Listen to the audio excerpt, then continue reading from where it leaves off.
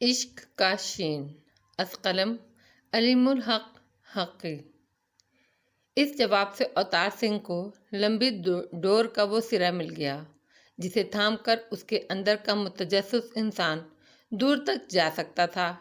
اس میں کیا برائی ہے؟ اس نے پوچھا۔ عورت اور مرد جتنا قریب ہوں گے بے حیائی اور گناہ کا امکان یقین کی حد تک بڑھ جائے گا، مگر دونوں کے درمیان کشش تو قدرتی ہے، فطری ہے۔ اوتار سنگھ نے اعتراض کیا۔ اس کا ذہن الجھ رہا تھا۔ اس کے لیے شادی ہے، شادی گناہ اور بے حیائی کا راستہ بند کر دیتی ہے۔ اور محبت کے بارے میں تمہارا مذہب کیا کہتا ہے؟ محبت پاکیزگی کے ساتھ ہو تو برائی نہیں، مگر حل شادی ہی ہے۔ اوتار سنگھ کا دماغ روشن ہو گیا۔ اسی وقت اسے ایک بات یاد آ گئی۔ اس کا مشاہدہ شروع ہی سے غیر معمولی تھا۔ محسوس تو اس نے پہلے ہی کیا تھا، لیکن آج اسے پختہ یقین ہو گیا تھا۔ ایک بات بتاؤں تمہیں، اس نے کہا، رچرڈ تم میں غیر معمولی دلچسپی رکھتا ہے۔ نادرا کچھ محجوب ہو گئی، اس کی نظریں جھک گئی۔ میں جانتی ہوں، وہ مجھے بتا چکا ہے۔ وہ بولی، اب یہ تمہارا ذاتی معاملہ ہے، میں تم سے کچھ نہیں پوچھ سکتا۔ اوتار سنگھ نے کہا، مگر میں تمہیں بتا سکتی ہوں، مجھے اس سے کوئی لگاؤ نہیں۔ نادرا بولی، اگر ایسا کچھ ہوتا تو بھی میں اس کی حوصلہ افزائی نہ کرتی، کیونکہ میں اس سے شادی نہیں کر سکتی۔ کیوں؟ اوتار سنگھ نے پوچھا۔ مذہب کے فرق کی وجہ سے؟ ہاں، مشرکوں سے شادی کرنا ناجائز ہے۔ یہ لوگ اہل کتاب ہیں لیکن شرک کرتے ہیں۔ مشرک کے بارے میں نادرا نے شروع میں بھی کہا تھا اور وضاحت بھی کی تھی، لیکن یہ اہل کتاب کی اصطلاح اوتار سنگھ کے لیے نئی تھی۔ اہل کتاب کا کیا مطلب؟ وہ لوگ جن کے پاس اللہ کا کلام موجود ہے۔ ایسی تین ہی قومیں موجود ہیں، یہودی، عیسائی اور مسلمان۔ تینوں کے پاس اللہ کا کلام ہے، تو وہ الگ الگ کیوں ہیں؟ یہ بہت لمبی بحث ہے، چھوڑو اسے۔ بہرحال میں کسی مشرک سے شادی نہیں کر سکتی، لیکن محبت تو ہو سکتی ہے تمہیں؟ نادرا یوں چونکی جیسے اسے کرنٹ لگا ہو، پھر ذرا سنبھل کر بولی، ہاں ہو سکتا ہے، لیکن اس صورت میں اس محبت سے لڑوں گی، اسے دل سے نکالنے کی ہر ممکن کوشش کروں گی اور دعا کروں گی کہ وہ مسلمان ہو جائے۔ کوئی مسلمان کیسے ہو سکتا ہے؟ دو کلمے ہیں ہمارے ہاں، ایک ناپاکی دور کرنے والا کلمہ ہے، لا الہ الا اللہ محمد الرسول اللہ، اور دوسرا کلمہ گواہی دینے والا، اشہد ان لا الہ الا اللہ وحدہ و اشہد ان محمدً عبدہ و رسولہ۔ آدمی دل کی گہرائیوں سے ایمان لائے، زبان سے یہ کلمے پڑھے تو مسلمان ہو جاتا ہے۔ اس کے بعد اسے اللہ کے احکامات پر عمل کرنا ہوتا ہے جو اللہ کی کتاب میں موجود ہیں۔ اوتار سنگھ چونکا، یہ تو عربی زبان میں ہے۔ ہاں، اللہ کا کلام بھی عربی زبان میں ہی نازل ہوا ہے۔ اوتار سنگھ کا حافظہ بلا کا تھا، دونوں کلمے اسے یاد ہو گئے۔ اب وہ ان کا مطلب سمجھنے کی کوشش کر رہا تھا۔ ابھی اس کی استعداد اتنی نہیں تھی، پھر مشق بھی نہیں تھی۔ اس نے اٹک اٹک کر ترجمہ کیا، اللہ کے سوا کوئی اللہ نہیں، اور محمد اللہ کے رسول ہیں، اور دوسرا، میں گواہی دیتا ہوں کہ اللہ کے سوا۔ وہ اٹک گیا۔ نادرا اسے بہت غور سے، بہت عجیب نظروں سے دیکھ رہی تھی۔ کوئی معبود نہیں، اور محمد صلی اللہ علیہ وآلہ وسلم اللہ کے بندے اور رسول ہیں۔ اس نے جملہ مکمل کیا۔ وہ اب بھی اس کی آنکھوں میں دیکھ رہی تھی۔ تم غیر معمولی آدمی ہو اوتار سنگھ، کاش تم، یہ کہتے ہوئے اس نے نظریں جھکا لی۔ اوتار سنگھ اتنا ناسمجھ نہیں تھا کہ اس کا جملہ مکمل نہیں کر پاتا۔ اس رات وہ چوتھا اظہار محبت تھا جو اس سے کیا گیا، لیکن یہ آخری اظہار مشروط تھا۔ اسی وقت رقص کا سلسلہ موقوف ہو گیا اور سب یکجا ہو گئے۔ بس ذرا دیر سستا لیں، پھر کھانا کھائیں گے، رچرڈ نے اعلان کیا۔ وہ پارٹی اوتار سنگھ کو سوچنے کے لیے بہت کچھ دے گئی۔ یہی نہیں، اس نے اس آواز والی کی محبت کو پھر سے توانا کر دیا۔ یہ بات نہیں کہ وہ محبت کبھی ہلکی پڑی ہے، البتہ یہ ضرور تھا کہ مصروفیات نے اسے دبا دیا تھا۔ اس کے پاس اتنا وقت ہی نہیں بچتا تھا۔ دوسرے، اب وہ اس آواز سے بھی محروم ہو چکا تھا۔ نادرا کی بات سنتے ہوئے اسے احساس ہوا تھا، اور اب وہ اس پر سوچ رہا تھا۔ محبت ایک آفاقی جذبہ تھا، اس کے بے شمار روپ تھے، ایک انسان کی دوسرے انسان سے محبت، دوستوں کی محبت، بھائی بہن کی محبت، ماں باپ کی محبت، اولاد کی محبت، اور سب سے بڑھ کر مخلوق کی اپنے خالق سے محبت، یہ سب محبتیں ہیں جو انسان کرتا ہے، کرتا رہے گا۔ غور کرو تو ان میں سے کوئی بھی محبت بے غرض نہیں ہے۔ انسان کتنا ہی بے غرض ہو مگر کسی دوسرے انسان سے محبت کرتے ہوئے مکمل طور پر بے غرض نہیں ہو سکتا۔ کوئی غرض ہو تو تنہائی دور کرنے کی غرض تو ہے ہی ہے، اکیلا تو کوئی رہ نہیں سکتا۔ انسان معاشرتی جانور ہے تو تعلق رکھنے کی غرض تو ایک بڑی سچائی ہے۔ دوستی کا بھی یہی حال ہے۔ اگر کوئی ہم خیال جو اچھا بھی لگتا ہو، اس سے مل کر بات کر کے دل خوش ہوتا ہے، غرض تو ہوئی نا، اور اختلاف ہو جائے سنگین نوعیت کا، تو اختلاف تو آدمی اس دوست کو چھوڑ دیتا ہے، کوئی اور دوست تلاش کر لیتا ہے۔ بہن بھائی کی محبت کا اسے تجربہ نہیں تھا، یہ نعمت اسے ملی ہی نہیں تھی، لیکن وصال دن کے حوالے سے وہ اسے سمجھ سکتا تھا۔ بھائی دوست سے بڑی ضرورت ہوتا ہے، ایک بہت اپنا جو ہر کڑے وقت میں ساتھ رہے اور ہمارا دکھ بانٹے، ہمیں تسلی دے۔ اب اولاد کی محبت کو لیں تو ماں باپ سے اولاد کی غرض ہوتی ہی ہے، بلکہ اس کی کوئی حد ہی نہیں ہوتی۔ آدمی کو اتنا کچھ ملتا ہے ماں باپ سے، وہ ان سے محبت نہ کرے تو کیا کرے؟ اور خدا کی محبت، وہ تو ہے ہی محتاج کی محبت، جو وہ اس سے کرتا ہے، جو اس کی ہر ضرورت پوری کرتا ہے۔ وہ ماں باپ سے بڑھ کر خیال رکھنے والا، ضرورتیں پوری کرنے والا ہے۔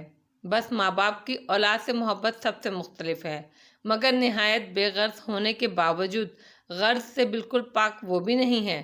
باپ کو اولاد سے ایک معصوم سی غرض ہوتی ہے کہ وہ اس کی نسل کو آگے بڑھائے، مرنے کے بعد بھی اس کے نام کو زندہ رکھے۔ ہاں، ماں کی محبت شاید بالکل بے غرض ہوتی ہے، اسی کا بس چلے تو اولاد کا ہر دکھ لے لے اور اسے اس دکھ سے محفوظ کر دے۔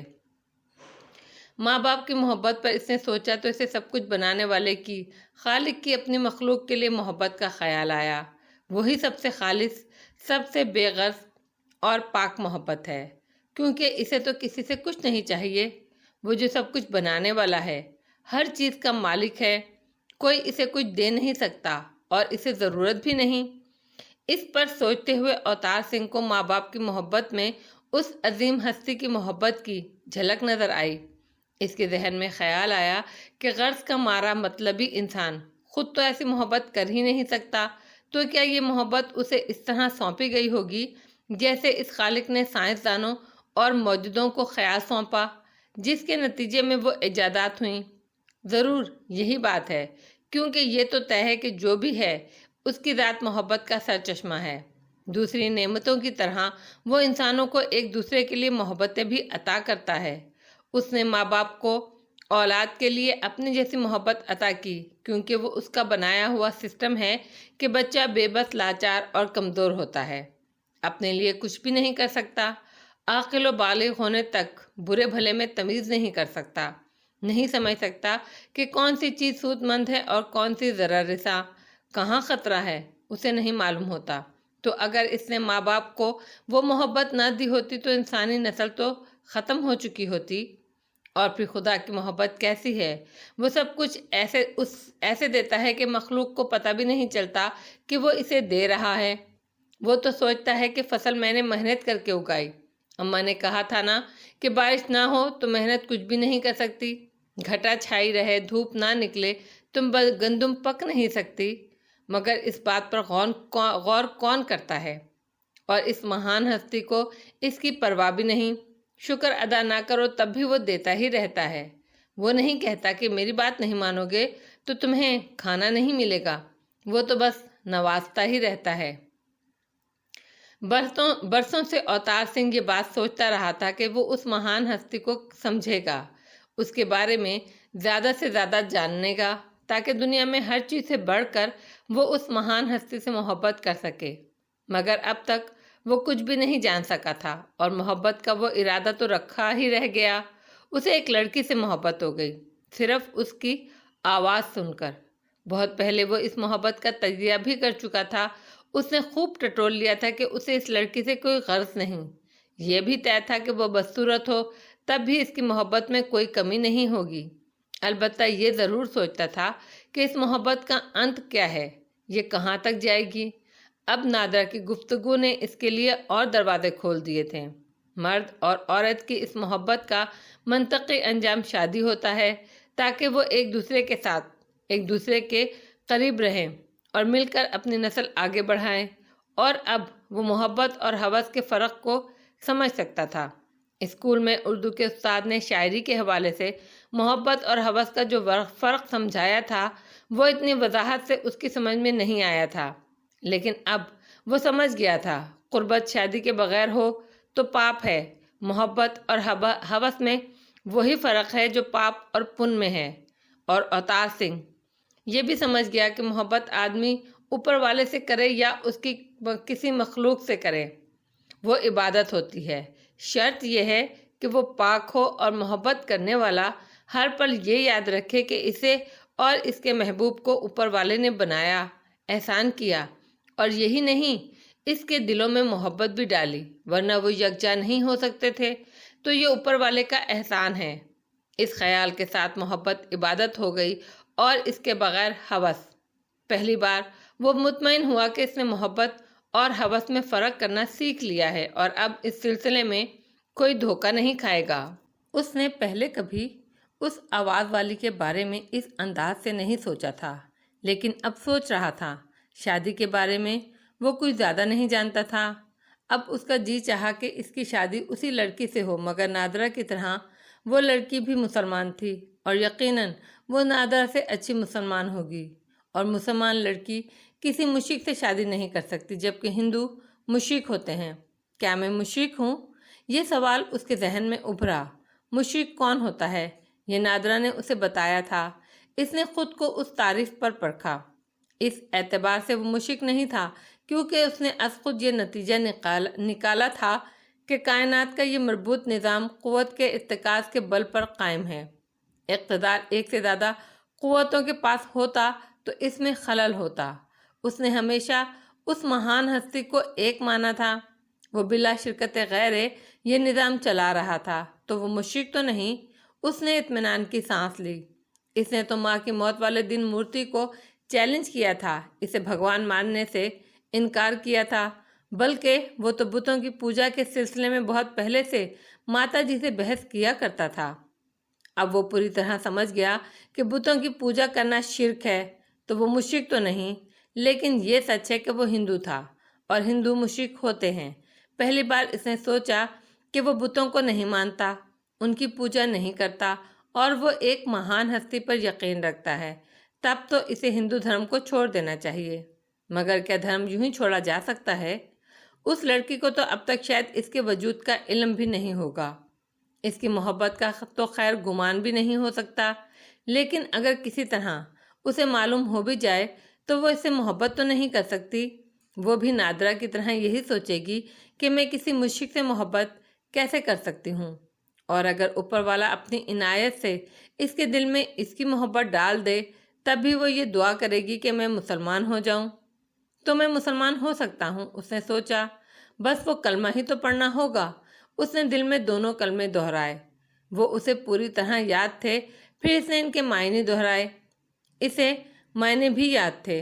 تو کیا میں مسلمان ہو گیا؟ یہ دونوں کلمے پڑھ لیے میں نے۔ کیا آدمی اتنی آسانی سے ایک دھرم چھوڑ کر دوسرا دھرم اپنا سکتا ہے؟ کیا مسلمان ہونا اتنا آسان ہے؟ مگر فوراً ہی اس کے اندر ایک بے چینی ابھری۔ میرا مقصد مسلمان ہونا تو نہیں، میں تو اس مہان مہربان ہستی کو کھوج رہا ہوں۔ میرا مقصد تو اس سے محبت کرنا ہے، دھرم میرا مسئلہ نہیں۔ میں اس لڑکی کی خاطر مسلمان ہو جاؤں تو یہ تو بے ایمانی ہوگی۔ وہ سوچتا اور الجھتا رہا۔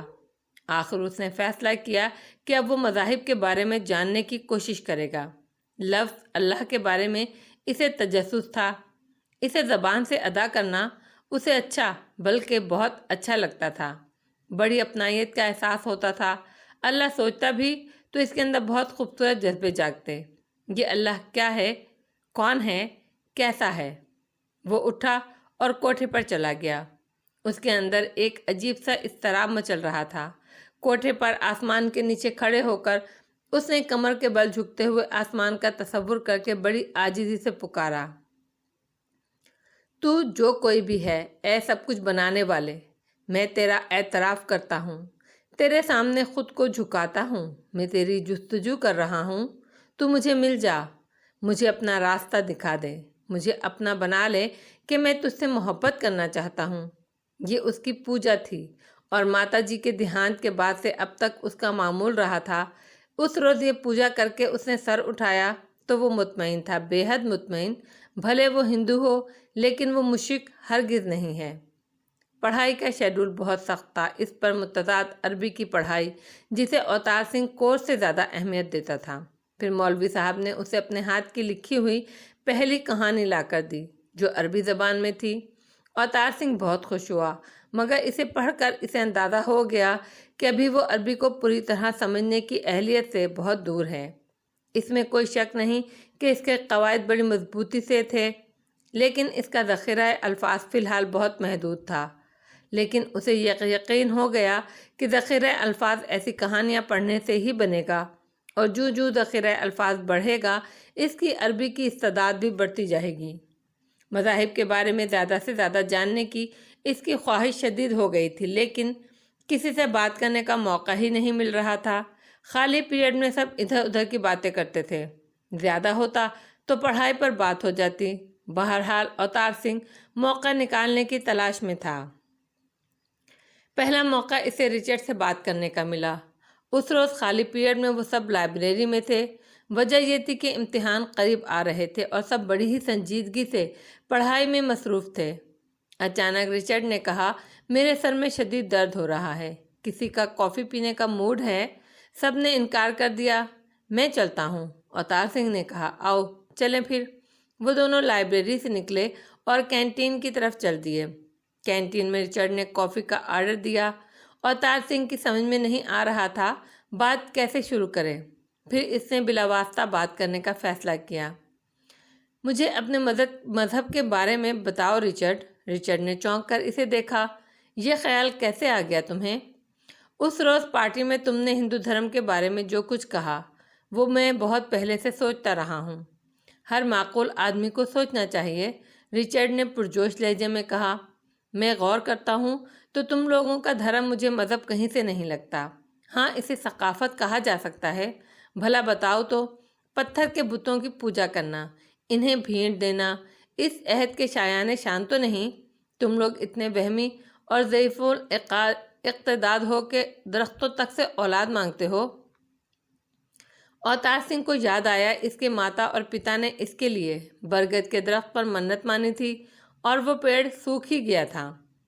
میں اس سلسلے میں بہت سوچتا رہا ہوں۔ میں نے کبھی دل سے پوجا نہیں کی اور 4 سال تھے تو میں نے مورتیوں کو ماننا ہی چھوڑ دیا ہے۔ تم مجھے شروع ہی سے غیر معمولی لگتے تھے۔ رچرڈ کے لہجے میں ستائش تھی۔ مگر رچرڈ، یہ کائنات کا نظام خود بخود تو نہیں چل رہا ہے، کوئی تو ہے جو اسے چلا رہا ہے۔ مگر رچرڈ، یہ کائنات کا نظام خود بخود تو نہیں چل رہا، کوئی تو ہے جو اسے چلا رہا ہے۔ بے شک، اور وہ خدا ہے جس نے 6 دن میں یہ نظام قائم کیا۔ تو تم اسے خدا کہتے ہو، کیوں؟ آسمانی کتابوں میں یہی نام ہے اس کا، گاڈ، خدا۔ اس نے اپنے بیٹے مسیح علیہ السلام کو مصلوب کر کے دنیا میں اپنی کتاب دے کر بھیجا کہ انسانوں کو محبت کی تعلیم دیں اور دکھوں سے نجات کا راستہ دکھائیں۔ اوتار سنگھ کی آنکھیں پھیل گئیں حیرت سے۔ خدا کا بیٹا بھی ہے، اور یہ کیسے ممکن ہو سکتا ہے؟ اسے مقدس کنواری ماں نے جنم دیا تھا، پاک دامن میری نے۔ چرچ کے باہر بڑی صلیب پر تم نے ان کا مجسمہ دیکھا ہوگا، اور ورجن میری کی شبیہ بھی دیکھی ہوگی، کم سن مسیح کو گود میں لیے ہوئے، چہرے کے گرد نور کا ہار۔ اوتار سنگھ نے دونوں چیزیں دیکھی تھیں۔ میں نے دیکھا ہے، وہ بولا۔ یہ بتاؤ کہ یہ کتنی پرانی بات ہے؟ ہمارا سن عیسوی مسیح کی پیدائش سے شروع ہوتا ہے، یہ 19ویں صدی کی بات ہے۔ تو تمہیں کیسے معلوم ہوا کہ مقدس ماں اور مسیح ایسے تھے؟ اوتار سنگھ نے اعتراض کیا۔ اس کی کیا اہمیت ہے؟ اس زمانے میں کوئی مصور ہوگا جس نے انہیں دیکھ کر ان کی تصاویر بنا لی ہوں گی۔ اوتار سنگھ کی تسلی نہیں ہوئی۔ ایک تو یہ خدا اس کے تصور کے خدا سے بہت مختلف تھا، اس پر یہ شبیہ اور مورتی والی بات تمہارا مذہب ہم سے کچھ زیادہ مختلف تو نہیں، اس نے کہا۔ بت تو تم بھی بناتے ہو، مگر ہم بت پرست نہیں ہیں، رچرڈ نے سخت برا مان کر کہا۔ پہلے بت بنتا ہے، پھر بت پرستی ہی ہوتی ہے۔ میں ایسی باتیں نہیں سن سکتا، رچرڈ بدمزہ ہو گیا۔ کیوں؟ میں نے جب پہلی بار بھگوان کی مورت دیکھی تھی تو اپنی ماتا جی سے یہی سوال کیا تھا، اور اس کے جواب سے مجھے تسلی نہیں ہوئی تھی۔ پھر میں نے کبھی بھگوان کو دل سے نہیں مانا۔ تم کیوں برا مانتے ہو؟ میں تو ایک معقول بات کر رہا ہوں۔ خیر چھوڑو اس بات کو۔ اور یہ تمہیں کیسے پتہ چلا کہ مسیح خدا کے بیٹے تھے؟ ہمارے پاس آسمانی کتاب بائبل ہے نا، اس میں یہ لکھا ہے۔ رچرڈ گڑبڑا گیا۔ ظاہر ہے اس میں لکھا ہوگا، تبھی تو ہم یہ بات مانتے ہیں۔ تم نے نہیں پڑھی بائبل؟ نہیں۔ رچرڈ کچھ شرمندہ نظر آ رہا تھا۔ اس نے کافی کی پیالی خالی کر کے ہٹا دی۔ آؤ اب چلیں، پیریڈ شروع ہونے والا ہے۔ اوتار سنگھ بھی اٹھ کھڑا ہوا۔ اب اس کے پاس سوچنے کا کافی سامان تھا۔ کچھ دنوں تک وہ سوچتا رہا۔ اس کا جو خدا کے بارے میں تصور تھا وہ رچرڈ کے تصور سے ذرا مختلف تھا، بلکہ بالکل مختلف تھا۔ اس کا خدا سب سے الگ، سب سے منفرد اور مختلف، اور ہر چیز پر قدرت رکھنے والا تھا۔ یہ اولاد والا معاملہ تو اسے بہت برا لگا۔ کیا خدا نے شادی کی ہوگی؟ اور اگر کی ہوگی تو کس سے؟ کسی عورت سے، اپنی مخلوق سے، یا اپنے ہی جیسی کسی ہستی سے؟ دونوں ہی امکان اس کے تصور سے متصادم تھے۔ اس کے نزدیک خدا جیسا تو کوئی ہو ہی نہیں سکتا تھا۔ ہوتا تو اس کی انفرادیت ختم ہو جاتی، اور اگر مسیح خدا کے بیٹے تھے تو یہ طے ہے کہ وہ انسان تھے۔ ان کی ماں انسان ہی ہوگی، خدا تو انسان نہیں ہو سکتا۔ اسے ہندوؤں پر ترس آنے لگا۔ ہندو مشرک تھے، دیوی دیوتاؤں کی، بتوں کی پوجا کرتے تھے، اس لیے انہیں مشرک کہا جاتا ہے۔ اور شرک کا جو مطلب نادرا نے اسے بتایا تھا، اس کے مطابق تو عیسائی بھی مشرک تھے۔ انہوں نے خدا کی فیملی بنا دی تھی، اور مورتیاں تو وہ بھی بناتے تھے۔ مگر نادرا کا کہنا تھا وہ اہل کتاب ہیں، تو کسی کے پاس آسمانی کتاب ہو تو شرک کرنا اس کے لیے جرم نہیں رہتا۔ یہ تو بے انصافی ہے۔ اور یہ آسمانی کتاب والا معاملہ بھی پوری طرح سمجھ نہیں پایا تھا۔ کیا وہ کتاب خدا کی لکھی ہوئی تھی؟ خدا کی تحریر تھی؟ اور ایسی کتنی کتابیں ہیں دنیا میں؟ ہندوؤں کو کوئی کتاب کیوں نہیں ملی؟ سوچنا ختم ہوا تو اس کے پاس سوال ہی سوال تھے، اور جواب اسے تلاش کرنا تھے۔ وصال دن کے امتحان بھی ہو چکے تھے اور نتیجہ بھی نکل آیا تھا۔ وہ پاس ہو گیا تھا۔ مبارک ہو ویر جی، تمہیں تو آزادی مل گئی۔ اوتار سنگھ نے اس سے کہا۔ آزادی کیسی؟ میں تو تمہارے ساتھ ہی آزاد ہوں گا، وصال دین نے کہا۔ نہیں ویر جی، اب یہ ممکن نہیں، اوتار سنگھ نے گہری سانس لے کر کہا۔ دیکھو نا، اب تمہاری 2 مہینے کی چھٹیاں شروع ہو رہی ہیں، اور میرے امتحان میں ابھی 20 دن باقی ہیں۔ مجھے تو کوئی 1.5 ماہ بعد آزادی ملے گی۔ اس کے بعد امتحان کا نتیجہ آنے تک چھٹیاں ہوں گی، لیکن میری آزادی کے چند دنوں کے بعد ہی تمہارا اسکول کھل جائے گا، اور تمہیں واپس آنا پڑے گا۔ وصال دن کی سمجھ میں یہ پیچیدہ حساب نہیں آیا۔ میں نہیں سمجھا بھائی، کیا اس بار ہم گاؤں صرف 10-12 دن کے لیے جائیں گے؟ اس نے پوچھا۔ ارے نہیں، گھبراؤ نہیں ویر جی، تم ابھی گاؤں چلے جاؤ گے، میں 1.5 ماہ بعد گاؤں آؤں گا۔ ہم 10-12 دن ساتھ رہیں گے، پھر تم دہلی واپس آ جاؤ گے اور میں وہیں رک جاؤں گا رزلٹ آنے تک۔ تو ہم صرف 10-12 دن ساتھ رہیں گے، وصال دین نے تعصب سے کہا۔ 1.5 مہینہ تم یہاں اکیلے رہو گے؟ نہیں بھائی، میں تمہیں چھوڑ کر نہیں جاؤں گا، میں تمہارے ساتھ ہی گاؤں چلوں گا۔ اوتار سنگھ کو اس پر پیار آ گیا۔ اور نہیں ویر جی، یہ زیادتی ہوگی۔ وہاں اماں اور چاچا تمہارا انتظار کریں گے، ان کی خوشیوں کے یہ اتنے سارے دن میں تم سے چھین نہیں سکتا، تمہیں جانا ہوگا۔ وصال دین نے اماں اور ابا کے بارے میں سوچا اور کشمکش میں پڑ گیا۔ وہ اوتار سنگھ کو اکیلا بھی نہیں چھوڑنا چاہتا تھا، اور اماں اور ابا کی یاد بھی ستانے لگی تھی۔ پھر اس نے فیصلہ کر ہی لیا۔ وہ سر جھٹکتے ہوئے بولا، نہیں بھائی، میں تمہارے ساتھ ہی رہوں گا۔ اسی لمحے وصال دین کی خالص محبت کو اوتار سنگھ نے اپنے دل میں اترتا محسوس کیا۔ اس کی آنکھیں بھیگ گئیں۔ تم بہت اچھے ہو ویر جی، اور مجھے بہت پیارے ہو، لیکن یہ میں نہیں ہونے دوں گا، تمہیں جانا ہوگا۔ اوتار سنگھ کا لہجہ فیصلہ کن تھا، اور وصال دین نے کبھی اس کی بات نہیں ٹالی تھی۔ بھائی، صرف تمہاری خاطر میں نے پڑھائی میں دلچسپی لی، ورنہ میرا دل نہیں لگتا پڑھنے میں، اس نے اداس لہجے میں کہا۔ لیکن اب میں پچھتا رہا ہوں، کاش میں نے پڑھائی میں دلچسپی لی ہوتی تو آج یوں تمہیں اکیلا چھوڑ کر نہیں جاتا۔ یہ سزا ملی ہے مجھے بے دلی کی۔ میں سمجھا نہیں ویر جی، میں دل لگا کر پڑھتا تو کالج میں تمہارے ساتھ ہوتا نا۔ یہ بھی اس کی محبت تھی۔ اوتار سنگھ کا دل خوش ہو گیا۔ اب پچھتاوے کیا ہوت ویر جی، اس نے ہنستے ہوئے کہا۔ لیکن بھائی میں اکیلا تو گاؤں جا بھی نہیں سکتا، وشال دین نے کچھ سوچ کر کہا۔ مجھے تو راستے بھی نہیں معلوم۔ تو تم اکیلے تھوڑے ہی جاؤ گے، رگھو ساتھ جائے گا تمہیں، اور تمہیں گاؤں چھوڑ کر واپس آ جائے گا۔ مگر پھر یہاں رگھو کا کام کون کرے گا؟ وشال دین پریشان ہو گیا۔ تم فکر بہت کرتے ہو ویر جی، ارے ایک ہی دن کی تو بات ہے، کوئی فرق نہیں پڑے گا۔ وشال دین نے ذہن تو بنا لیا، لیکن جاتے وقت وہ اوتار سنگھ سے لپٹ کر اتنا رویا کہ ہچکیاں بند گئیں۔ میں تمہارے بغیر کیسے رہوں گا بھائی، وہاں میرا دل نہیں لگے گا، وہ بار بار کہہ رہا تھا۔ اوتار سنگھ کو بھی رونا آ رہا تھا، لیکن اس نے آنسو پی لیے۔ جانتا تھا وہ رو دیا تو وشال دین کو گاؤں نہیں بھیج سکے گا، وہ جائے گا ہی نہیں، ورنہ سچی بات یہ ہے کہ اس کا بھی برا حال تھا۔ آج تک وہ ایک دوسرے سے جدا ہوئے ہی نہیں تھے۔ تم اماں سے میری باتیں کیا کرنا ویر جی، اور ہاں، میرے پتی جی کا بہت خیال رکھنا، وہ بہت اکیلے ہیں، ان کے پاس روز جایا کرنا۔ اوتار سنگھ نے اسے گاؤں جانے کا گویا ایک اور مقصد بھی دے دیا۔ پتا جی کو تمہاری صورت میں میری صورت نظر آیا کرے گی، یہ تو میں کروں گا ہی بھائی، یہ کہنے کی ضرورت ہی نہیں۔ یوں وشال دین گاؤں چلا گیا۔ اگلے روز رگھو اسے چھوڑ کر واپس آیا تو ٹھاکر کے تحفوں سے لدا پھدا تھا جو اس نے اوتار سنگھ کے لیے بھیجے تھے، مگر اوتار سنگھ کو سب سے قیمتی چیز وہ حلوہ لگا جو اماں نے اس کے لیے اپنے ہاتھ سے بنا کر بھیجا تھا۔ جب سے اوتار سنگھ کالج میں گیا تھا، اس کا وشال دین سے ملنا بہت کم ہو گیا تھا۔ کالج کا طویل دورانیہ، پھر زیادہ پڑھائی کی وجہ سے مصروفیت، اتوار کو چھوڑ کر بس وہ کھانے پر ہی ساتھ ہوتے تھے۔ لیکن اب وہ چلا گیا تو اوتار سنگھ کو گھر سونا سونا لگنے لگا۔ امتحانوں کی وجہ سے پڑھائی کی بہت زیادہ مصروفیت نہ ہوتی تو شاید وہ بہت تڑپتا۔ جدائی کی پہلی رات وہ اپنے کمرے کی تنہائی میں جی بھر کر رویا۔ اس نے وہ آنسو بھی بہا دیے جو ویر جی کے سامنے نہیں بہا سکا تھا۔ پھر بہرحال پڑھائی نے جدائی کے اس احساس کو بہت ہی کم کر دیا۔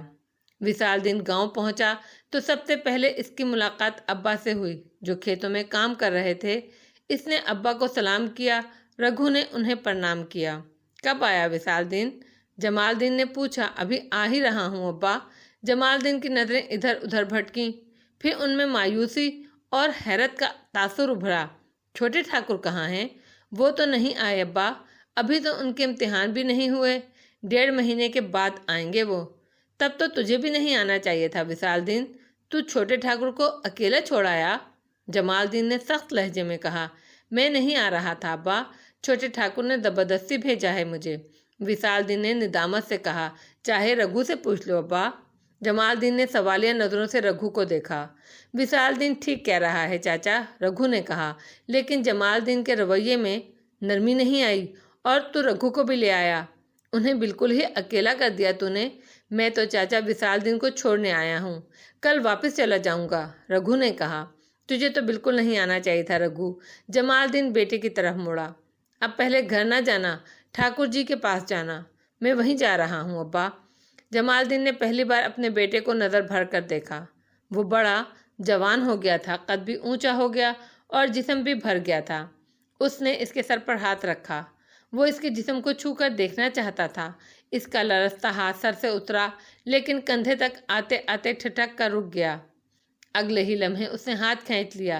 بس اب تو چلا جا، یہاں دیر نہ کر، وہ سخت لہجے میں بولا۔ وشال دین سال بھر کے بچھڑے باپ سے لپٹ جانا چاہتا تھا، لیکن اس نے خود کو روک لیا۔ باپ کا حکم ماننے کی عادت جو تھی، وہ رگھو کے ساتھ حویلی کی طرف چل دیا۔ جمال دین نہ کہتا تو بھی وہ پہلے حویلی ہی جاتا، اس کی تربیت ہی ایسی ہوئی تھی۔ جمال دین اسے جاتے ہوئے دیکھتا رہا، شکر اور مسرت سے چھلکتی آنکھوں سے۔ اس کا وشال دین اب مرد بن چکا ہے۔ اے اللہ تیرا شکر ہے، اس نے زیر لب کہا، یہ سب تیرا ہی فضل ہے، تیری ہی عنایت ہے۔ ٹھاکر پرتاپ سنگھ دیوان خانے میں تھا۔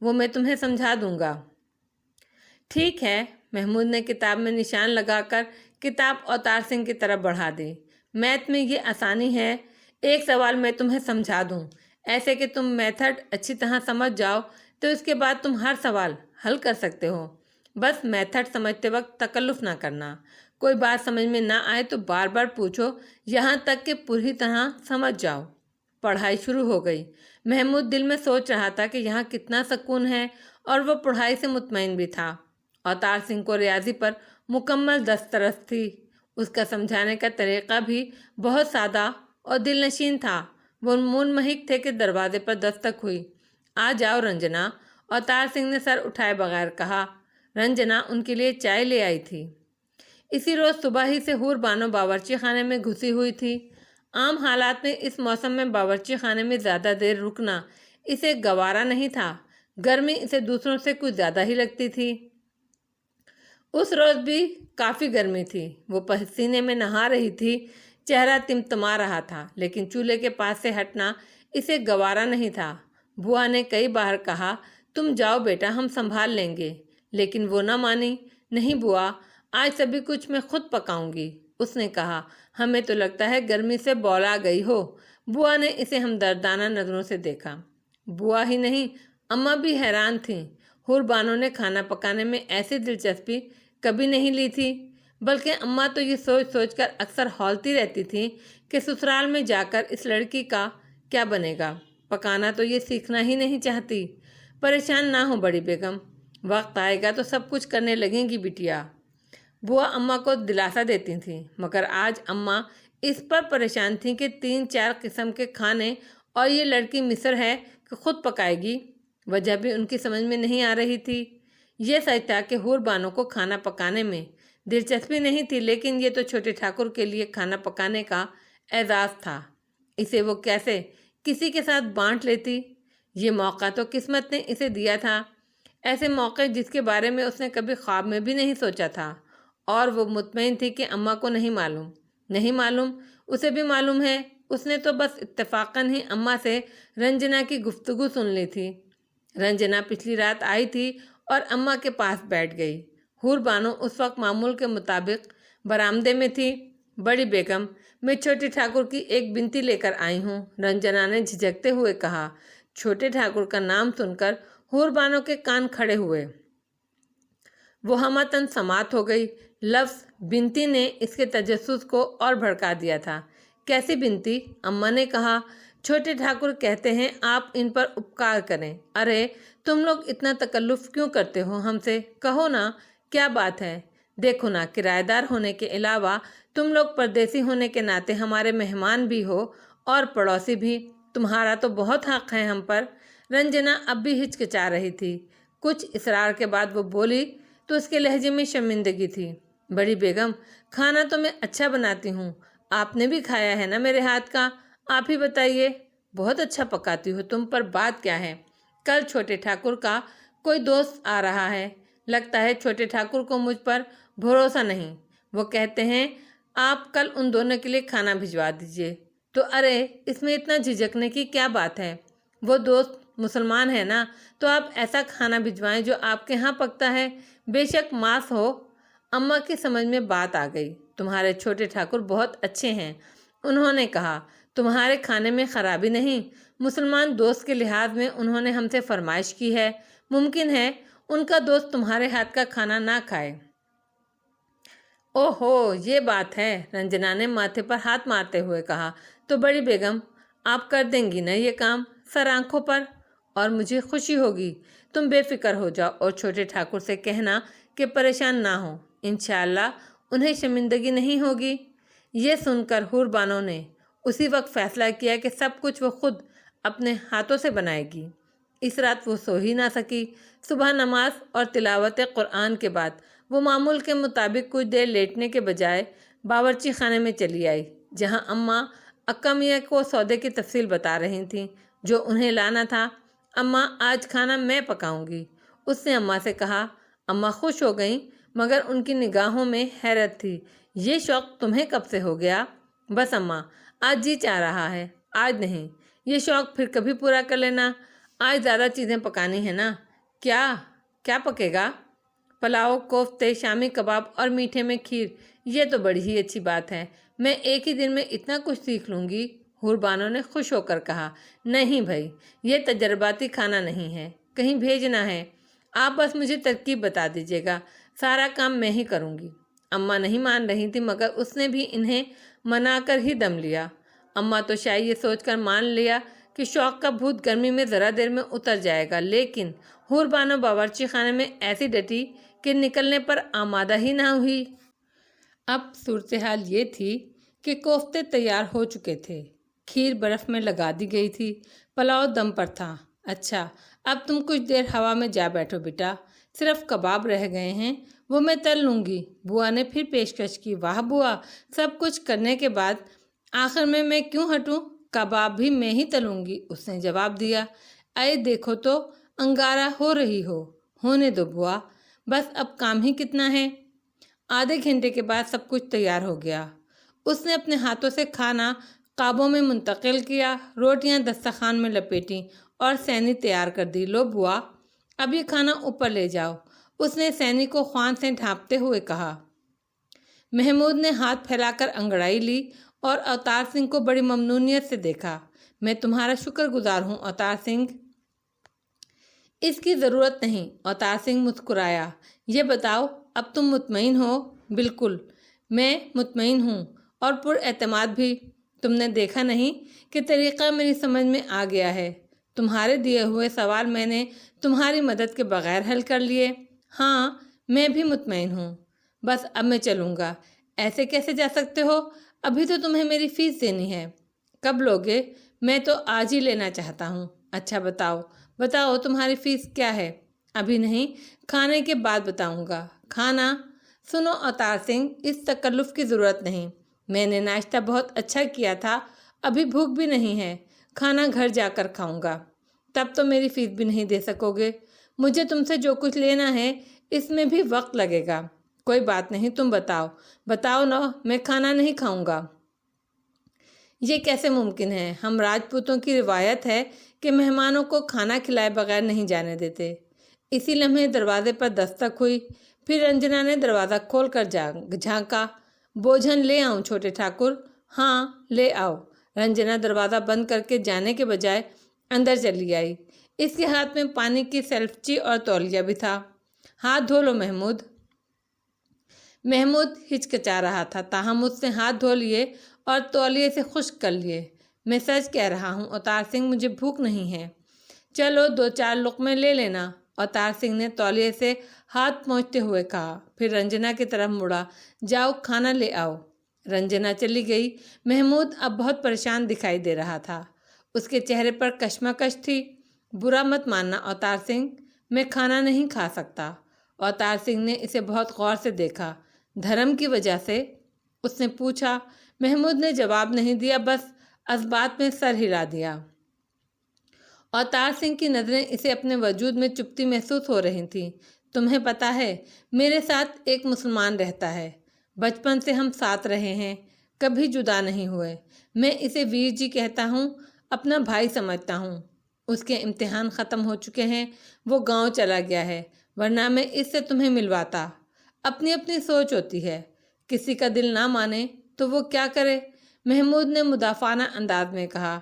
اتنے میں رنجنا سینی لے آئی۔ وہ کھانا میز پر سلیقے سے رکھنے لگی، پھر وہ جا کر پانی لے آئی۔ چلو محمود، آ جاؤ۔ رنجنا کے جانے کے بعد اوتار سنگھ نے کہا۔ میں معذرت خواہ ہوں اوتار سنگھ، ہم راجپوت مہمان نوازی جانتے ہیں محمود، اوتار سنگھ نے کہا۔ یہ کھانا میرے گھر میں نہیں پکا ہے، یہ کسی ہندو نے نہیں پکایا، مسلمان نے پکایا ہے۔ بس اب تمہیں میرے ساتھ بیٹھنے پر اعتراض ہو سکتا ہے۔ یہ بات ہے تو میں بعد میں کھا لوں گا، تم اطمینان سے بیٹھ جاؤ۔ محمود شرمندہ ہو گیا۔ اتنی زحمت کی تم نے؟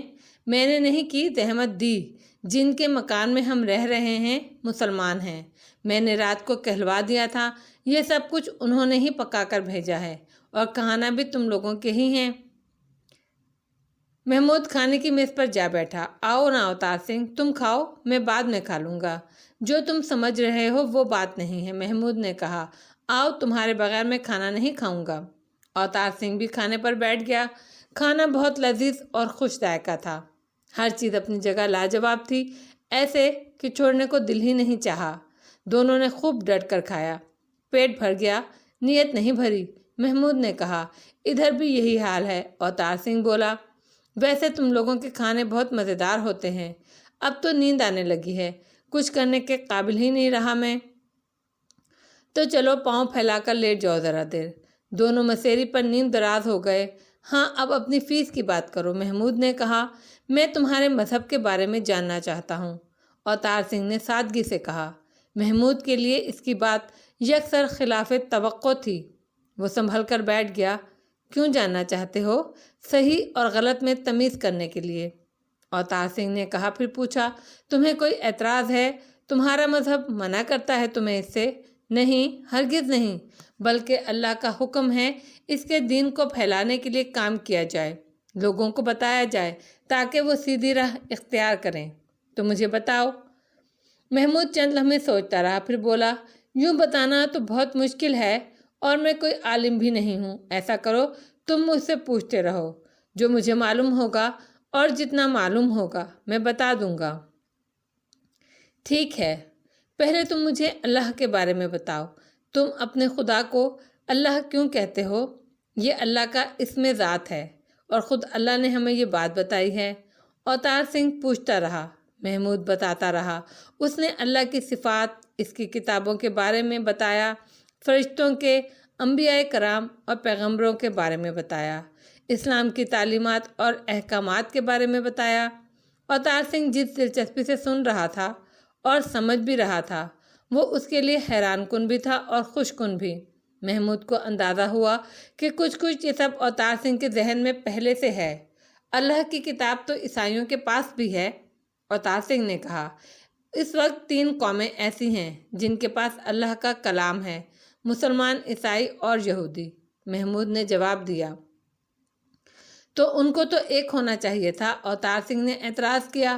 ٹھیک کہہ رہے ہو، لیکن ایسا نہیں ہوا۔ اس کا ظاہری سبب قوموں کا تعصب اور ان کی اجتماعی فطرت کی کمزوریاں ہیں۔ اللہ کی کتاب بھی اس کے متعلق بتاتی ہے اور تاریخ بھی ان کی تائید کرتی ہے، لیکن اللہ نے 3 کتابیں کیوں اتاری؟ ایک کتاب ہوتی تو یہ تقسیم اور تفریق ہوتی ہی نہیں۔ محمود گھبرایا، لرز کر رہ گیا۔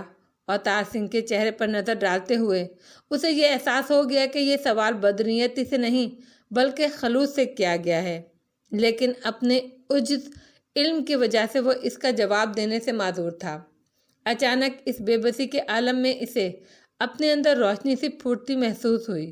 اس نے بے ساختہ کہا، اوتار سنگھ، تم تو زمیندار گھرانے سے تعلق رکھتے ہو، یہ بتاؤ فصل کس چیز سے تیار ہوتی ہے؟ بیج سے، اوتار سنگھ نے بلا جھجک کہا۔ سخت پتھریلی زمین میں بیج ڈالا جائے تو فصل اترے گی؟ نہیں، تو اس کے لیے کیا کرنا ہوگا؟ پہلے اس زمین پر محنت کرنا ہوگی، پتھر نکالنے ہوں گے، زمین نرم ہوگی تو اس میں ہل چلائیں گے اور اسے پانی دیں گے تاکہ زمین بیج قبول کرنے کے لیے تیار ہو جائے، اور زمین تیار ہوتی ہی بوائی کر دیں گے۔ اوتار سنگھ نے چند لمحے سوچا، پھر بولا، نہیں، موسم کا انتظام کرنا ہوتا ہے، یعنی مناسب وقت کا، محمود نے وضاحت کی۔ پھر بولا، اب میں تمہیں سمجھا سکتا ہوں۔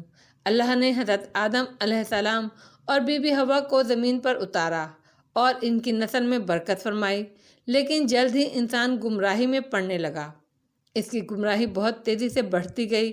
تاریخ کا مطالعہ کریں تو پتہ چلتا ہے معاشرہ کس درجہ خراب ہو گئے تھے۔ ارباب اقتدار سفاک تھے، انسانوں کو انسان نہیں سمجھا جاتا تھا، انسان کو انسان سے اور بھوکے درندے سے لڑانا عمرہ کی تفریح تھی۔ اخلاقی انحطاط آخری حدوں تک پہنچ چکا تھا۔ مختصر یہ کہ معاشرے سنگلاخ زمینوں سے زیادہ بری حالت میں تھے۔ ایسے میں ہدایت کا بیج کیسے پنپتا؟ پھر اللہ کی صفات میں رحمت اور حد درجہ نرمی ہے۔ اللہ انسان کو آسانیاں عطا فرماتا ہے اور بتدریج بہتری اور اصلاح کی طرف لے جاتا ہے۔ یہاں یہ بھی بتا دوں کہ آسمانی کتابیں صرف 4 ہیں، لیکن تقریباً ہر پیغمبر پر صحیفے اترتے ہیں۔ وہ مختصر اور غیر جامع تھے، وہ محفوظ نہ رہ گئی آسمانی کتابیں تو تورات بار بار تلف بھی ہوئی اور یہودی علماء نے اس میں تحریف بھی کی۔ اس طرح انجیل بھی اپنی اصل شکل میں موجود نہیں، البتہ قرآن پاک میں آج تک زیر و زبر کا فرق نہیں ہوا، اس لیے کہ اللہ نے خود اس کی حفاظت کا وعدہ فرمایا تھا۔ محمود نے گہری سانس لی، پھر کچھ سوچنے کے بعد گویا ہوا۔ کہنے کا مطلب یہ ہے کہ معاشروں کی حد سے بڑھے ہوئے بگاڑ کی وجہ سے شاید اللہ نے اپنی شریعت بتدریج اور قسطوں میں اتاری، یہاں تک کہ ہمارے آخری پیغمبر حضرت محمد صلی اللہ علیہ وآلہ وسلم تشریف لائے تو اللہ نے دین اور شریعت کو مکمل کر دیا۔ شریعت کے بتدریج مکمل ہونے کا ثبوت یہ ہے کہ نزول اسلام کے ابتدائی عرصے میں شراب پی جاتی رہی، لیکن بعد میں قرآن پاک میں اسے حرام قرار دینے کا حکم آیا اور اس پر عمل درآمد ہوا۔ یہ بات اللہ نے بتائی۔ محمود تھرا اٹھا، یہ میں نہیں کہہ سکتا، یہ میری عقلی قیاس ہے، اور اگر غلط ہے تو میں اس پر اللہ سے توبہ کرتا ہوں۔ وہ نیت کا حال جانتا ہے، میں نے صرف تمہیں سمجھانے کی غرض سے سوچا تو یہ بات میرے ذہن میں آئی۔ دیکھو نا، اگر آدمی کو بہت ساری بری عادتیں ہوں تو انہیں ایک دم نہیں چھڑایا جاتا کہ وہ گھبرا کر اصلاح قبول کرنے سے انکار کر دے گا۔ ایک ایک کر کے بری عادتیں چھڑوا دیں تو اس کے لیے آسانی ہوگی، اور ایک برائی چھوڑنے اور ایک برائی اپنانے کے نتیجے میں آدمی میں برائی کے لیے کراہیت اور اچھائی کے لیے قبولیت پیدا ہوتی ہے۔ مزید ہر برائی چھوڑنے کے بعد وہ قبولیت بڑھتی ہے، یہاں تک کہ آدمی کی مکمل اصطلاح ہو جاتی ہے۔ میری سمجھ میں تو یہی آتا ہے۔ اوتار سنگھ نے ستائشی نظروں سے اسے دیکھا۔ بات تو میری سمجھ میں بھی آ گئی۔ محمود نے اوتار سنگھ کو وحی کے بارے میں بتایا۔ اوتار سنگھ کے لیے وحی کو سمجھنا اور اس تصور کو قبول کرنا فطری طور پر آسان تھا۔ سائنسی ایجادات اور دریافتوں پر غور کرتے ہوئے برسوں پہلے اس نے سوچا تھا کہ اوپر والے نے ذہن میں خیال پیدا کر کے رہنمائی کی ہوگی۔ وحی کی وضاحت سے اس کے قیاس کی تائید ہوتی تھی۔ اچھا، ہم ہندو تو مشرک ہیں، بتوں کو پوجتے ہیں، اوتار سنگھ نے کہا، لیکن عیسائی تو اہل کتاب ہیں، تم لوگ بھی یہ کہتے ہو، انہیں تو ایک خدا کو ماننا چاہیے، مگر وہ بھی بت بناتے ہیں، تصویروں کو پوجتے ہیں، اسی لیے اللہ نے تصویریں اور بتوں کو بنانے سے منع فرمایا ہے۔ محمود نے کہا، یہ مجسمے اور تصویریں فرضی ہوں گے۔ میں نے یہ بات رچرڈ پارسن سے بھی پوچھی تھی، وہ برا مان گیا، مگر میرا کہنا یہ ہے کہ یہ تصویریں اور مجسمے بعد میں بنائے گئے ہوں گے، ابتدائی زمانے میں تو یہ فنون ڈیولپ ہوئے ہی نہیں تھے، اسی لیے یہ اصل تو نہیں ہو سکتے۔ نہیں اوتار سنگھ، تاریخ بتاتی ہے کہ مصوری اور بت تراشی قدیم ترین فنون میں سے ہے۔ انسان نے بولنا بعد میں سیکھا، تصویر اور بت بنانا پہلے شروع کیا تھا۔ اہمیت اس بات کی نہیں کہ وہ مجسمے اور تصویریں فرضی ہیں یا اصلی۔ اللہ نے ان کی ممانعت اس لیے فرمائی ہے کہ شرک کا امکان پیدا ہوتا ہے، اور شرک وہ گناہ ہے جسے اللہ کبھی معاف نہیں کرتا۔ کبھی بھی نہیں، کسی بھی صورت میں نہیں۔ اوتار سنگھ کی آواز میں لرزش تھی۔ محمود نے چونک کر اسے دیکھا اور فوراً ہی بات سمجھ گیا۔ مطلب یہ ہے کہ جو ایمان لے آیا اس کو اللہ نے اس شرک پر معاف کر دیا جو وہ پہلے کرتا تھا، لیکن ایمان لانے کے بعد شرک کیا تو اس پر اسے معافی نہیں ملے گی، اور جو مشرک جیا اور مشرک ہی مر گیا وہ تو ہے ہی مجرم۔ اور جو عیسائی کرتے ہیں مسیح علیہ السلام خدا کے بیٹے ہیں، یہ تو بدترین شرک ہے۔ اس کی تفصیلات میں جانے کی میں ضرورت نہیں سمجھتا، بس اتنا جانتا ہوں کہ اللہ نے بتایا ہے کہ وہ واحد ہے، احد ہے، اس کی کوئی مثال نہیں، اس کا کوئی شریک نہیں، نہ وہ کسی سے ہے نہ کوئی اس سے ہے۔ ہم اس کے بارے میں اتنا ہی جانتے ہیں جتنا اس نے ہمیں بتایا ہے۔ ہم اسے دیکھ نہیں سکتے، ہاں اسے ہر جگہ خود اپنے اندر محسوس کر سکتے ہیں۔ اوتار سنگھ کو حیرت ہوئی، کم و بیش اس کا تصور بھی یہی تھا۔ اب وقت کافی ہو گیا ہے اوتار سنگھ، محمود نے معذرت خواہ لہجے میں کہا، اب میں اجازت چاہتا ہوں۔ اس موضوع پر پھر کبھی امتحانوں کے بعد بات کریں گے، بلکہ میں تو کہوں گا اگر تم مذاہب کے بارے میں، خاص طور پر اسلام کے بارے میں جاننا چاہتے ہو تو کسی عالم سے بات کرو، میری معلومات بہت محدود ہیں۔ تمہارا بہت بہت شکریہ دوست، جو کچھ تم نے مجھے آج دیا ہے وہ میرے لیے بہت قیمتی ہے۔ اوتار سنگھ نے اٹھتے ہوئے کہا، آؤ چلیں۔ اوتار سنگھ محمود کو رخصت کر کے آیا تو اس کی سوچوں کو ایک نیا رخ مل چکا تھا۔ ٹھاکر پرتاپ سنگھ نے سر اٹھا کر دیکھا۔ وشال دین نگاہیں نیچی کیے بیٹھا تھا۔ پچھلے ایک ہفتے میں ٹھاکر اس معمول کا عادی ہو چکا تھا۔ وشال دین پہلے دن 2 بار اس کے پاس آیا تھا، ایک بار شام کے وقت، دوسری بار رات کا کھانا کھانے کے بعد۔ پہلی بار آیا تو زمین پر بیٹھ گیا۔ اوپر بیٹھو پتر۔ وشال دین، ٹھاکر نے بڑی شفقت سے کہا۔ نہیں ٹھاکر جی، میں یہیں ٹھیک ہوں۔ وشال دین نے نظریں اٹھائے بغیر کہا، میں جو کہہ رہا ہوں۔ معاف کیجیے ٹھاکر جی، ابا نے مجھے یہی حکم دیا ہے۔ ٹھاکر مسکرا دیا۔ بیٹا باپ سے آگے جا رہا تھا۔ اسے وہ رات یاد آ گئی جب جمال دین پہلی بار اس کی خوابگاہ میں تھا۔ وشال دین اس وقت بہت چھوٹا تھا اور باپ کے ساتھ آیا تھا۔ یہ وہ رات تھی جب ٹھاکر ان تینوں کو سوتے وقت سے اٹھا کر اپنے ساتھ حویلی لایا تھا، جب حمیدہ نے پہلی بار اوتار سنگھ کو دودھ پلایا تھا۔ جمال دین اوپر بستر پر لیٹنے کے لیے تیار نہیں تھا، بلکہ اس کا بس چلتا تو سوتے ہوئے وشال دین کو بھی بستر سے اٹھا کر نیچے فرش پر لٹا دیتا۔ اور میں حکم دے رہا ہوں، تم اوپر بیٹھو، ٹھاکر نے مسکراتے ہوئے کہا۔ وشال دین کشمکش میں پڑ گیا۔ اس کی سمجھ میں نہیں آ رہا تھا کہ اب کیا کرے۔ بالآخر اس نے کچھ دیر سوچنے کے بعد کہا، آج معاف کر دیجیے، کل میں ابا سے پوچھ کر آؤں گا۔ ٹھاکر کو اس کی عقل مندی پر ہنسی آ گئی، تاہم اس نے خود کو بڑی مشکل سے روکا اور اٹھ کر کھڑا ہوا۔ میں ابھی جا کر وشال دین سے شکایت کرتا ہوں کہ وشال دین میرا حکم ماننے سے انکار کر رہا ہے۔ ایسا نہ کریں ٹھاکر جی۔ وشال دین بھی گھبرا کر اٹھ کر کھڑا ہوا۔ اچھا جی، میں بیٹھ جاتا ہوں۔ وہ کرسی پر بیٹھا کیا، بس ٹک گیا۔ انداز ایسا تھا کسی بھی لمحے اٹھ کر بھاگ کھڑا ہوگا۔ نگاہیں اس کی اب بھی جھکی ہوئی تھیں۔ ٹھاکر بھی بیٹھ گیا اور غور سے اسے دیکھتا رہا۔ دیکھ وشال دین، جیسے اوتار سنگھ میرا پتر ہے ویسے ہی تو بھی ہے۔ میں تجھے اپنا بیٹا ہی سمجھتا ہوں۔ یہ تو آپ کی بڑائی ہے ٹھاکر جی۔ اچھا یہ بتا، تعلیم نے تجھے یہ نہیں سکھایا کہ سب انسان برابر ہوتے ہیں؟ تعلیم تو اچھی چیز ہے ٹھاکر جی، ادب لحاظ ختم نہیں کرتی۔ اور ٹھاکر جی، عزت سب کی ایک جیسی نہیں ہوتی۔ کسی کو اللہ نے زیادہ عزت دی ہے اور کسی کو کم۔ اپنے ماں باپ کا حکم ماننا تو ضروری ہے، تعلیم بھی یہی سکھاتی ہے۔ ٹھاکر کو اپنے بیٹے کا خیال آ گیا، کیا وہ بھی ایسا ہی ہے، باپ کا حکم ماننے والا؟ میرے اندر جو تبدیلی ہے یہ ہے، کیا اوتار سنگھ اسے قبول کر لے گا؟ کیا وہ خود بھی اپنے اندر وہ تبدیلی لائے گا؟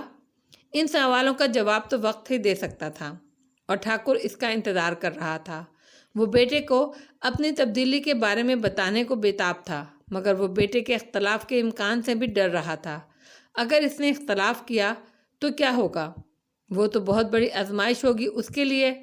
ٹھاکر نے اس سے پہلے تو نہ وشال دین کو کبھی غور سے دیکھا تھا، نہ ہی اس کے ساتھ بیٹھ کر باتیں کی تھی۔ یہ پہلا موقع تھا کہ وہ اسے بہت قریب سے دیکھ رہا تھا۔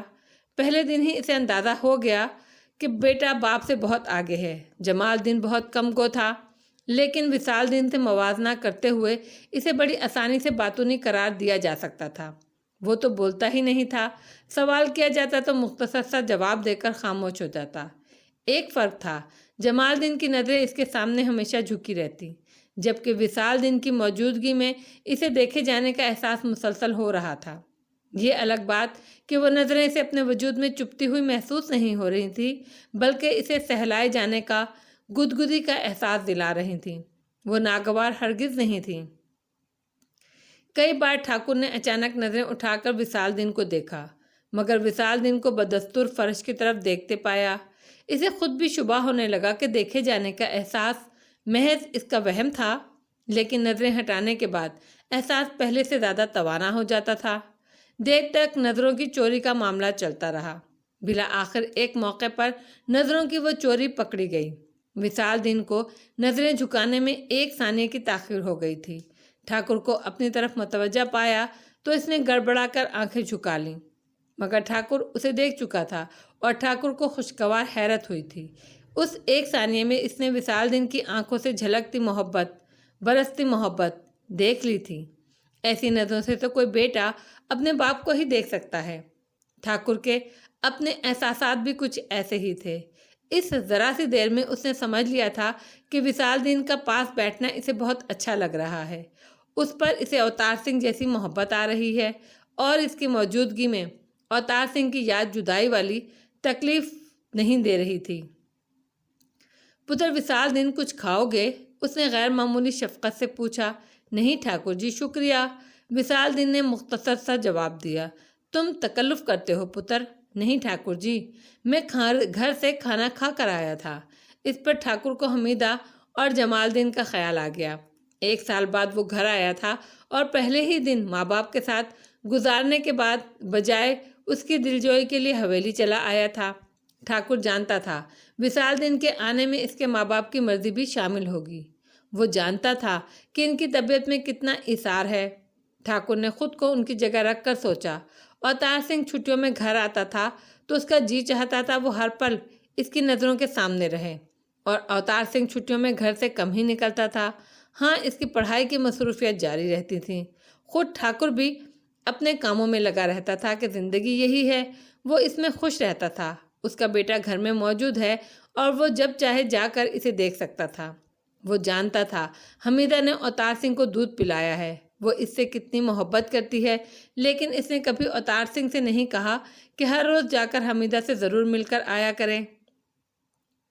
اسے شرمندگی ہونے لگی۔ جمال دین اور حمیدہ کے مقابلے میں وہ کتنا کم ظرف تھا۔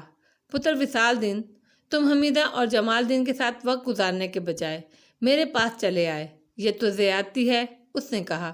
نہیں ٹھاکر جی، پورا دن تو میں اماں اور ابا کے ساتھ رہا ہوں، ساتھ بیٹھ کر کھانا کھایا ہے، پھر بھی ان کا دل تو نہیں بھرتا ہوگا تمہیں دیکھنے سے۔ اماں تو مجھ سے کہتی ہیں ٹھاکر جی کو ہمارے ساتھ زیادہ وقت نہیں گزارا کر، نہیں تو عادت پڑ جائے گی۔ یہ کہہ رہی تھیں عادت ہو جائے تو شہر جانے کے بعد بہت سے دن بڑے سخت لگتے ہیں، بڑی مشکل سے عادت ہوتی ہے۔ وہ کہتی ہیں جا کر کہیں گھوم پھر آ وشال دین۔ ٹھاکر اس دلیل کو جانتا تھا۔ جب اسکول جانے کے بعد اوتار سنگھ پہلی بار چھٹیوں میں گاؤں آیا تھا تو اس نے یہی سوچ کر اپنی مصروفیت اور بڑھا لی تھی کہ عادت نہ ڈالنا ہی اچھا ہے۔ تھوڑی دیر اور بیٹھنے کے بعد وشال دین پہلو بدلنے لگا۔ وہ کچھ کہنا چاہتا تھا لیکن کہنے کی ہمت نہیں ہو رہی تھی۔ ٹھاکر نے یہ بات بھانپ لی اور اس کی مشکل آسان کر دی۔ کیا بات ہے پتر وشال دین؟ مجھے اجازت دیں ٹھاکر جی، میں گھر جاؤں گا۔ اجازت کی کیا بات ہے پتر، چلے جاؤ۔ وشال دین اٹھا اور جاتے جاتے وہ پلٹا اور ہچکچاتے ہوئے بولا، ٹھاکر جی رات کو میں آپ کے پاس آؤں تو آپ کو برا تو نہیں لگے گا؟ میں نے کہا نا بیٹا، یہ تمہارا گھر ہے، جب چاہو آ جاؤ۔ میں رات کو کھانا کھانے کے بعد آؤں گا، کھانا یہیں کھا لینا بیٹے میرے ساتھ، ٹھاکر نے بے ساختہ کہا۔ کہتے ہی اسے غلطی کا احساس ہو گیا۔ وہ جانتا تھا فرما برداری میں اگر وشال دین مان بھی گیا تو بھوکا ہی اٹھے گا، وہ اس کی موجودگی میں بیٹھ نہیں سکتا۔ کھانا کیا کھاتا؟ وہ ٹھاکر جی جب سے آیا ہوں ابا میرے بغیر کھانا نہیں کھاتے۔ وشال دین کے لہجے میں معذرت تھی۔ مجھے خیال نہیں رہا پتر، ٹھیک ہے تم کھانا کھا کر آنا۔